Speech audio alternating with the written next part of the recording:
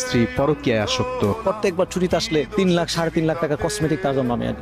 আমার মা বাবাকে আমি কিচ্ছু দেয় নাই, আমি তাদের সাথে বেমানি করছি। একটা নারীর সে আমাকে প্রত্যেকবার ইমোশনাল ব্ল্যাকমেল, যে কাউসার আর করবো না, আমি ভালো হয়ে গেছি। আমার বড় আপু ভিডিওতে নোংরামি কিছু দেখছিল, আপু আমাকে বললো যে কাউসার তুমি কেমন মেয়ের সাথে সংসার করো। আচ্ছা ঠিক আছে, একটা নারীকে আবারও সুযোগ দিই। আমি আমার আপুকে মা বাবাকে বলছি যে যাই কিছু হয়েছে এটা ভুলে যাও। ছেলের দিকে তাকাই, সেটা আমি বললাম আচ্ছা ঠিক আছে, আমি স্যাক্রিফাইস করলাম। আমি খুবই ভালো অবস্থানে ছিলাম, আমার বেসিক স্যালারি ছিল 3,500 রিয়াল।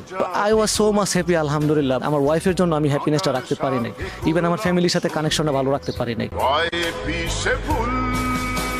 আমার বাসায় 2জন এসআই স্যাররা আসছে, আমাকে বললো যে আপনার রুমরা আমরা একটু তদন্ত করবো। আমার ওয়াইফ ছিল, আমি ছিলাম, আমার সন্তানটা ছিল। ওরা চেক করার পরে কিছু পায় নাই। লাস্টে ওয়াইফে বলতেছে যে ব্যাগের মধ্যে আবার ট্যাবলেট পাইছে 14 পিস। তাই বললাম যে রুমা হোয়াট ইজ দিস, আমি স্মোক পর্যন্ত করি না, আমি একটা ছেলে। পরে আমার ছেলে বলছে যে হ্যাঁ আমার আম্মু প্যাকেট আনছিল, আমার আব্বুর ব্যাগে ঢুকাইছে, সেটা আমি দেখছি।